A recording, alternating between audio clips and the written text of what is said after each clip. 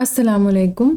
آپ کے اپنے چینل ناولس لائبریری میں آپ سب کا تہہ دل سے خوش آمدید کرتی ہوں۔ امید کرتی ہوں کہ آپ سب ٹھیک ہوں گے۔ ہماری ناول کا نام ہے لا حاصل خواب، رائٹر پلوشا صافی، اور ہم نے رائٹر سے اس ناول کو ہمارے چینل پر اپلوڈ کرنے کی پرمیشن لی ہے اور ابھی ناول چل رہا ہے۔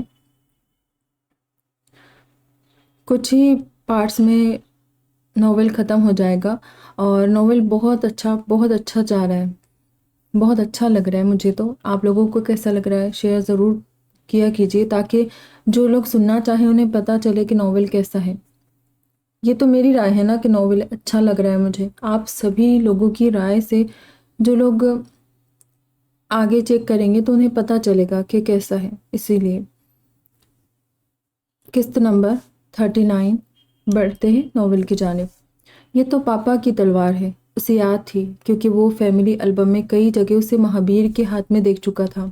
شاید پاپا سے یہاں کھو گئی تھی۔ اس نے سوچتے ہوئے اس لمبی اور وزنی تلوار کو اٹیچی کے نیچے سے کھینچ کر باہر نکالا۔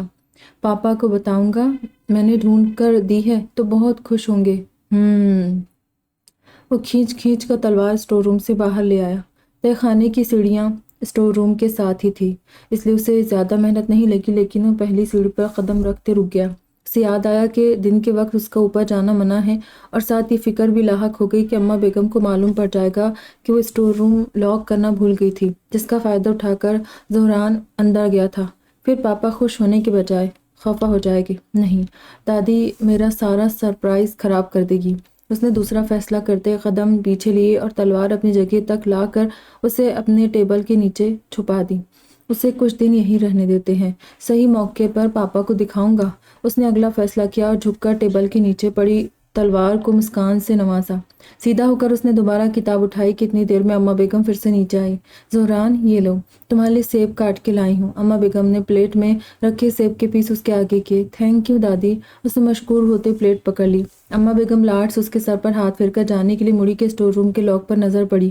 انہوں نے تیزی سے گردن گھما کر زہران کو دیکھا تھا، مگر جان بنتے سیب کھانے مگن رہا۔ اماں بیگم نے اس کا دھیان نہ جانے پر شکر ادا کیا اور جا کر اسٹور روم کے دروازے پر لاک لگا دیا۔ زہران نے لب بھیج کر اپنی مسکان دبا لی۔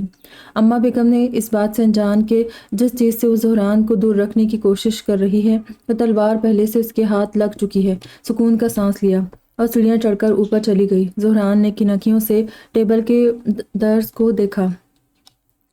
دوسرا پورشن مکمل ہوتے ہی شادی کی تاریخ رکھی گئی۔ ابان کی خوشی کی انتہا نہ تھی۔ مہابیر اسے خوش دیکھ کر بہت خوش تھا۔ دونوں فیملیز کی باہمی رضامندی سے شادی کی تقاریب سادہ ہی رکھنے کا فیصلہ کیا گیا۔ اس دن وہ سب شاپنگ کے لیے گئے۔ حسب معمول زہران گھر پر ہی رہا۔ انتظار کرتے کرتے شام ہو گئی۔ جب گھر والے شاپنگ کر کے لوٹے وہ ایک ایک بیگز کھول کر دیکھنے لگا۔ پاپا میرے لیے ڈریس نہیں لیا؟ کیا میں شادی پر بھی نہیں آ سکتا؟ اس کی آواز میں شکایت در آئی۔ میری شادی میں تم نہیں ہوگے تو مزہ نہیں آئے گا، تم شادی میں ضرور جاؤ گے۔ ابان نے اسے دل گرفتگی سے بچایا۔ اس کی بات سن کر زہران کا چہرہ کھل گیا۔ مہابیر مسکرا بھی نہ سکا، لیکن یہ ڈریس پہن کر۔ ابان نے اپنے شاپنگ بیگ سے لڑکی کا فراک نکالا۔ ہاں یہ تو گرلز کا ہے۔ زہران ہنسی سے لوٹ پوٹ ہو گیا۔ اسے لگا ابان اس کے ساتھ مذاق کر رہا ہے۔ میری شادی میں شامل ہونے کا یہی ایک حل ہے زہران، تمہیں لڑکی بن کر جانا ہوگا۔ ابان نے بے بسی سے شانے اچکائے۔ میں لڑکی کیسے بن سکتا ہوں؟ زہران حیران ہوا۔ اس نے باری باری دادا دادی اور پاپا کو دیکھا تھا۔ ابان صحیح کہہ رہا ہے بیٹا، یہ ڈریس ہم تمہارے لیے ہی لائے ہیں، دادی نے تائید کی۔ زہران کا منہ بن گیا۔ اس نے گلابی رنگ کی وہ فینسی فراک اوپر سے نیچے تک پھر سے دیکھا۔ ناک بسورتے اس نے فراک پھینک دی اور خفگی ظاہر کرتے اپنے کمرے میں چلا گیا۔ مہابیر کو اس سے اسی رد عمل کی توقع تھی، اس لیے شروع سے ہی خاموش تھا۔ یہ کیا بات ہوئی؟ میں لڑکی کیوں بنوں گا؟ مجھے نہیں پہننا گلابی فراک، شیروانی چاہیے تھی مجھے۔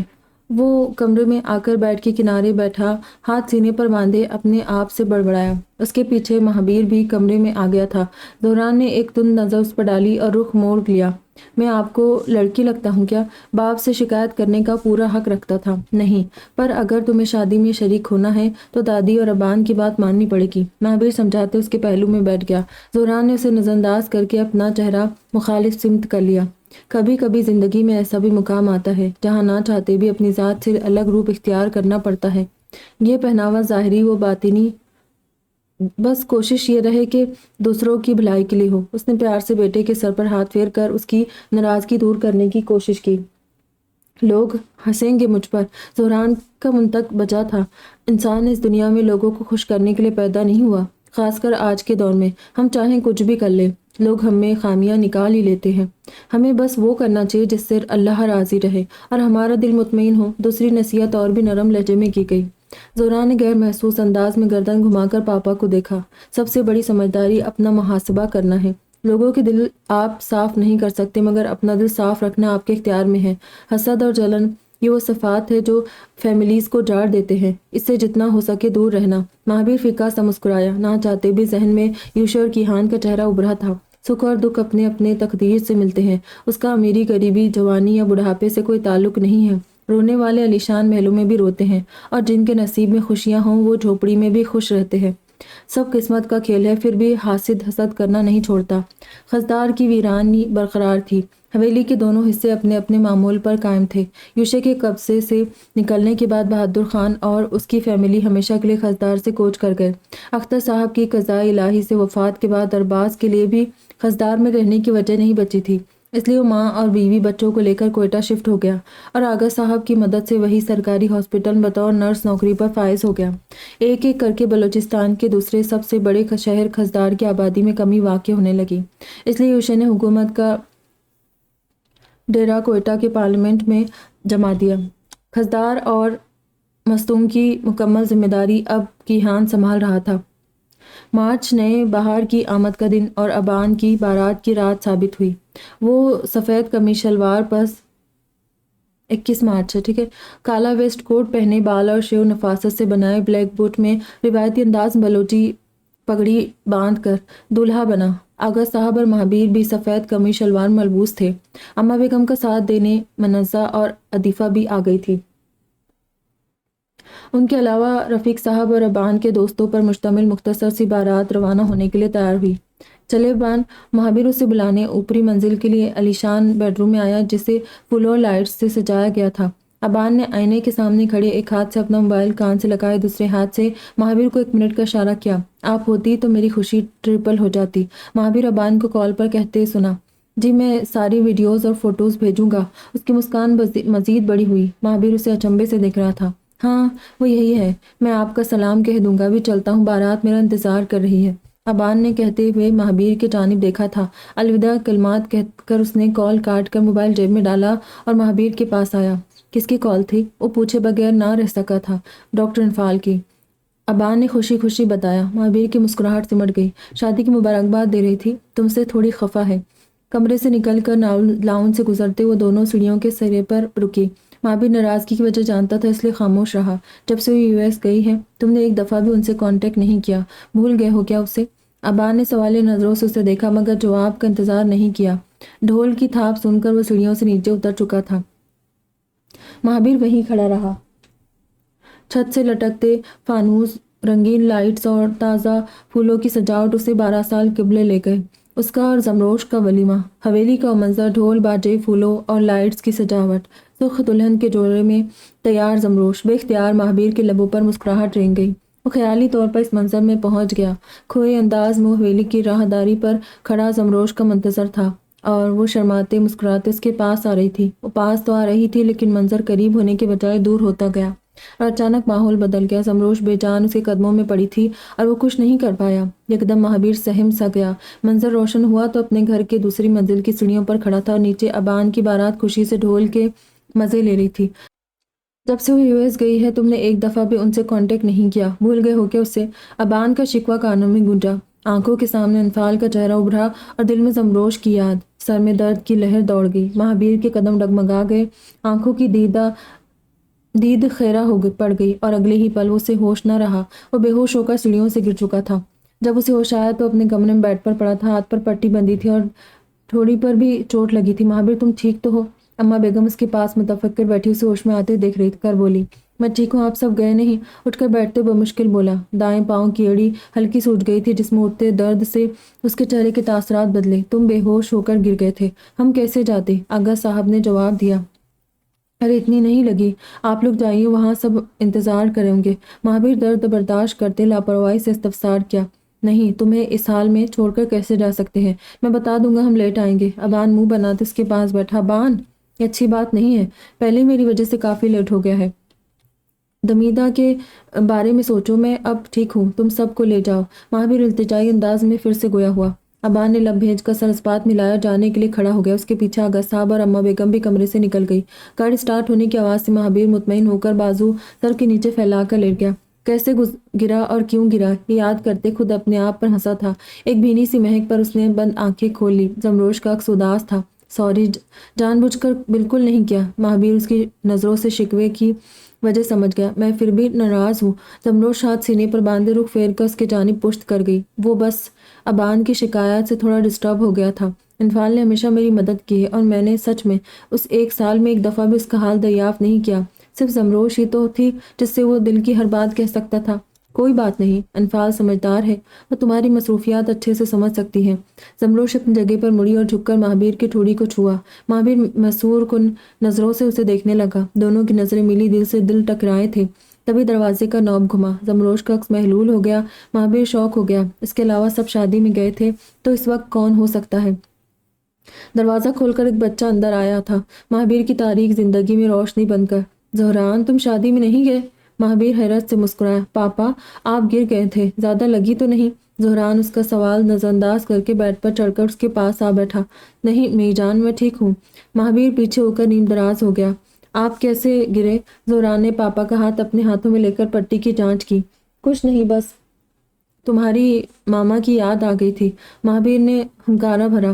سوری، میری وجہ سے تم شادی میں نہیں جا پائے۔ مہابیر معذرت کھوا ہوا، وہ جانتا تھا زہران اس کی خاطر رکا ہے۔ اٹس اوکے پاپا، اور اچھا ہی ہوا، ویسے بھی مجھے اس ڈریس میں لوگوں کے سامنے جاتے ہوئے عجیب لگ رہا تھا۔ زہران اپنے کپڑوں کی جانب دیکھ کر الجھن سے ہنسا۔ مہابیر نے پہلی دفعہ غور سے اسے دیکھا۔ وہ اس پنک فراک میں ملبوس تھا۔ اسے زور سے ہنسی آئی، لیکن لب بھیج کر مصنوعی کھانستے ہوئے ہنسی دبا لی۔ ویسے تم اس میں کیوٹ لگ رہے ہو۔ مہابیر نے اسے سراہنے کی کوشش کی۔ سیریسلی پاپا؟ وہ مزید چڑھ گیا۔ دادی کو اس کے ساتھ نقلی بال بھی لانے چاہیے تھے، پھر شاید میں لڑکی لگ پاتا۔ اس نے ابان اور دادی کے فلاپ آئیڈیا پر کیا۔ اس بات پر مہابیر کہکا لگا کر ہنسا۔ زہران بھی ہنستے اس کے سینے سے جا لگا۔ مہابیر نے اس کے گرد بازو حائل کر کے خود سے لگا لیا۔ اسے یاد آیا کبھی اسے بیٹی کی شدت سے خواہش ہوئی تھی۔ آج زہران کو بیبی فراک پہنے دیکھ کر اس کی وہ خواہش بھی پوری ہو گئی تھی۔ وہ صبح ابان کی زندگی میں نئی خوشیوں کا پیغام لائی تھی۔ اس نیم خوابی میں کروٹ بدل کر اپنی دلہن کو ساتھ پایا۔ دمیدہ کا پرسکون چہرہ اس کے چہرے پر مسکان لے آئی۔ ابان نے دل میں اللہ کا شکر ادا کیا۔ جو شکر کرتا ہے اسی کو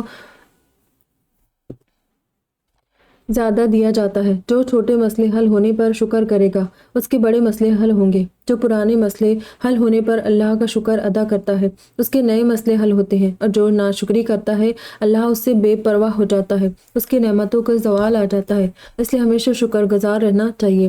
دمیدہ کی کسی انجان احساس کے تحت آنکھیں کھل گئی۔ ابان اس کی جانب کروٹ کے ہتھیلی رخسار کے نیچے رکھے اسی کو دیکھ رہا تھا۔ گڈ مارننگ، کب اٹھے آپ؟ سستاتے اٹھ بیٹھی، بس تھوڑی دیر پہلے۔ ابان بھی اٹھ بیٹھا۔ میں تیار ہو کر آنٹی کی مدد کرنے نیچے جاتی ہوں۔ دمیدہ نے کھلے بالوں کو مروڑ کر جوڑا بنایا اور بیڈ سے نکلنے لگی تھی کہ ابان نے ہاتھ پکڑ کر روک لیا۔ دمیدہ، پہلے مجھے تمہیں کچھ بتانا ہے۔ اس نے دمیدہ کو واپس بٹھا دیا۔ دمیدہ نے حیرانگی سے اسے دیکھا۔ ہماری فیملی کا ایک راز ہے جو میرے مہابیر، آغا صاحب اور اماں بیگم کے علاوہ کسی کو نہیں پتا۔ اب تم بھی اس فیملی کا حصہ بن گئی ہو تو تمہیں بتانا ضروری ہے۔ ابان نے اقدم بہت سیریس ہوا۔ کون سا راز؟ دمیدہ خوفزدہ ہوئی۔ 1 سال پہلے ہم نے ایک فیک نیوز پھیلائی تھی، مختار بھائی نے بھی ریکارڈ کی ہوگی۔ زہران کی متعلق بتانے لگا۔ دمیدہ بھی متجسس بیٹھی تھی۔ دراصل مہابیر کا بیٹا زہران زندہ ہے۔ اس کے مرنے کی وہ نیوز فیک تھی۔ ہم نے اسے 1 سال سے سب کی نظروں سے چھپا کر رکھا ہے۔ منزہ بھابھی اور عدیفہ کو بھی نہیں پتا۔ وہ تو آج واپس چلی جائے گی، پر تم ہمیشہ یہی رہنے والی ہو، اس لیے تمہیں پتا ہونا چاہیے۔ ابان نے بات مکمل کر کے اس کے ہاتھ کو اپنے ہاتھ میں لیا۔ دمیدہ نے معاملہ سمجھنے کے انداز میں سر ہلایا۔ اب تم بھی ہماری فیملی ممبر ہو اور اس راز کی شریک ہو تو میں چاہتا ہوں یہ بات 5 کے علاوہ کبھی کسی کو پتا نہ چلے۔ اس نے وعدہ چاہا۔ ابان، میں جانتی ہوں آپ مہابیر بھائی کو کتنا پیار کرتے ہیں اور آپ بھی ان کے اتنے ہی عزیز ہو۔ اب دونوں کا ہر راز میرے پاس محفوظ ہے۔ میں وعدہ کرتی ہوں زوران کی خبر کبھی اس گھر سے باہر نہیں جائے گی۔ دمیدہ نے یقین دہانی کرانے اس کے ہاتھ کا پشت تھپ تھپایا۔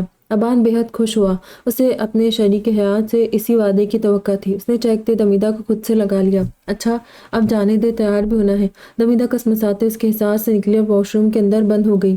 ابان کی وہی مسکراہٹ برقرار تھی۔ دوسری سمت مہابیر کا پیر رات سے بہتر تھا، سوجن کم تھی لیکن درد باقی تھا، اس لیے قدرے لنگڑا کر چلتے کمرے سے باہر آیا۔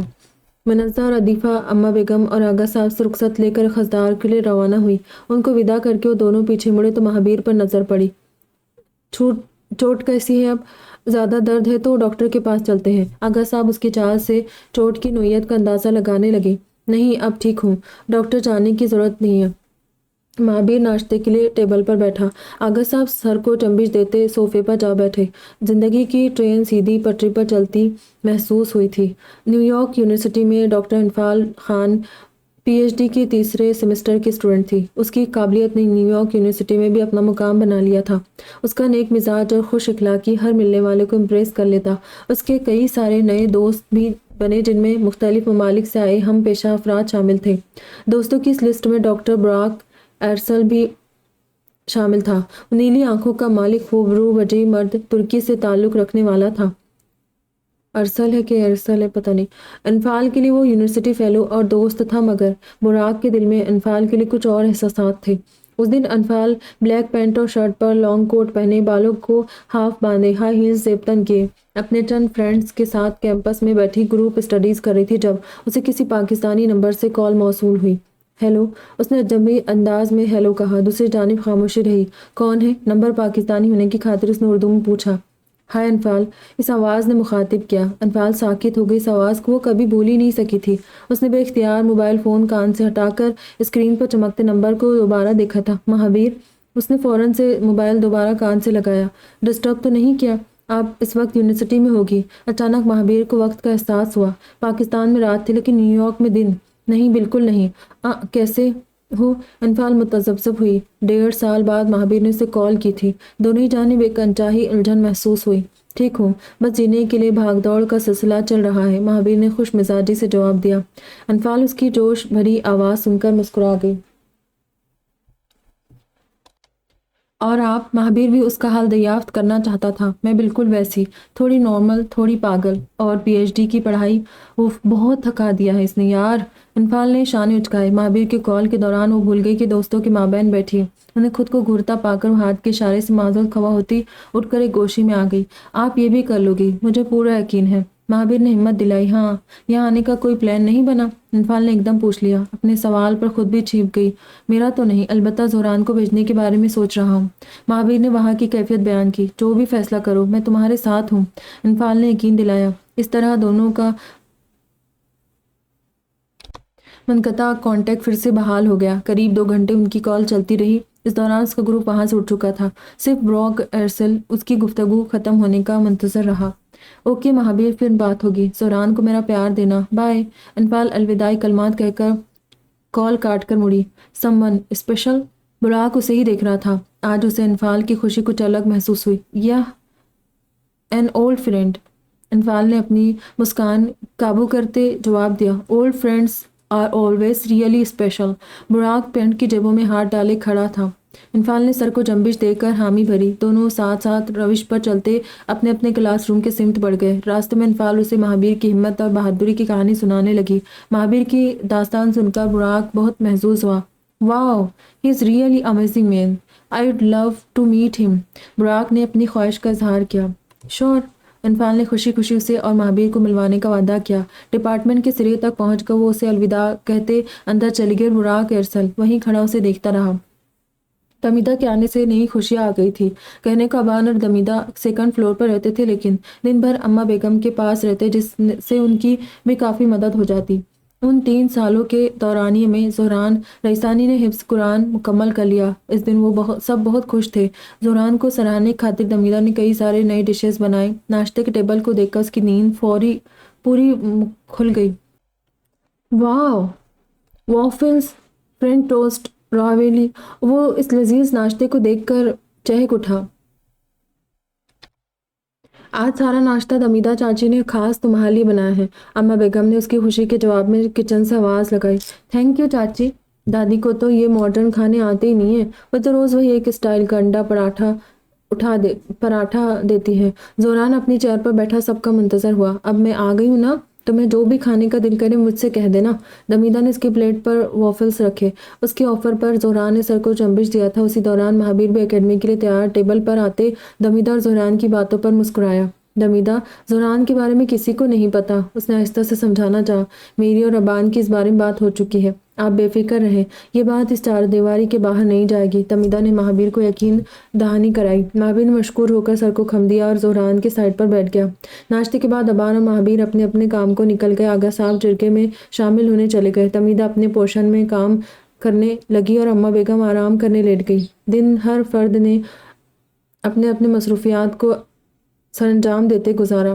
شام کو موسم خوشگوار تھا، اس لیے چائے کے لیے لان میں چیئرز لگائی گئی۔ مہابیر بار بار لاؤنج کے اندر جھانکتا لیکن اسے زوران کہیں نظر نہ آیا۔ اما بیگم، زوران کہاں ہے؟ بالآخر اس نے اما بیگم سے پوچھ ہی لیا۔ یہی تو تھا، شاید اوپر گیا ہو۔ اما بیگم نے بھی اس کی تلاش میں نظر دوڑائی۔ وہ سب اسی کشمکش میں تھے کہ کہاں ہے۔ اپنی آواز نے سب کی توجہ اپنی جانب مبذول کرائی۔ آواز تہ خانے سے آ رہی تھی، اس لیے بیک وقت سب نے اس جانب دیکھا۔ پاپا یہ دیکھو مجھے کیا ملا۔ زوران تلوار کو زمین پر گھسیٹتے ہوئے اوپر لایا۔ اپنی تلوار دیکھ کر مہابیر کے ابرو پھیل گئے۔ اما بیگم اور آغا صاحب نے پریشان ہوتے سے دیکھا۔ بان نے بے اختیار مہابیر کو دیکھا، جبکہ حالات سنجان دمیدہ بے تاثر رہی۔ یہ کہاں ملی تمہیں؟ مہابیر بھڑک اٹھا۔ زوران کو لگا اس نے پاپا کو سرپرائز کر دیا ہے۔ اپنی کھوئی تلوار دیکھ کر خوش ہوگا، مگر مہابیر کا غصہ دیکھ کر خود ششدر رہ گیا۔ وہ نیچے اسٹور روم سے، اس نے اٹک اٹک کر جواب دیا۔ مہابیر کو غصے میں دیکھ کر سب اپنی جگہ سے کھڑے ہو گئے۔ کس نے کہا تھا اسے ہاتھ لگاؤ؟ مہابیر لمبے لمبے ڈگ بھرتا اس کے سر پر پہنچا اور اس کے ہاتھ سے تلوار کھینچ کر دور پھینک دی۔ آغا صاحب اسے قابو کرنے آگے آئے۔ زوران بے یقینی سے پاپا کو دیکھتا رہا۔ مجھے لگا آپ سے کھو گئی ہے، آپ اپنی تلوار دیکھ کر خوش ہو جاؤ گے، مجھے بھی تلوار چلانا سکھاؤ گے؟ تلوار بازی تو بہت پسند ہے نا آپ کو؟ زوران اب بھی شوق میں تھا۔ نہیں پسند مجھے تلوار بازی، اور اس تلوار سے تو نفرت ہے، آئندہ تلوار لے کر میرے سامنے مت آنا۔ مہابیر نے گراتے ہوئے اسے پرے کیا۔ زوران ڈگمگا گیا لیکن گرنے سے بچ گیا۔ آغا صاحب نے اسے تھام لیا تھا۔ مہابیر تیز تیز سانس لیتے اندر چلا گیا۔ زوران وہیں کھڑا بھیگی آنکھوں سے اسے دیکھتا رہا۔ جاری ہے۔ آج کی ایپیسوڈ کیسی لگی ضرور شیئر کیجیے گا، دعا میں یاد رکھنا۔ پھر ملیں گے، خدا حافظ۔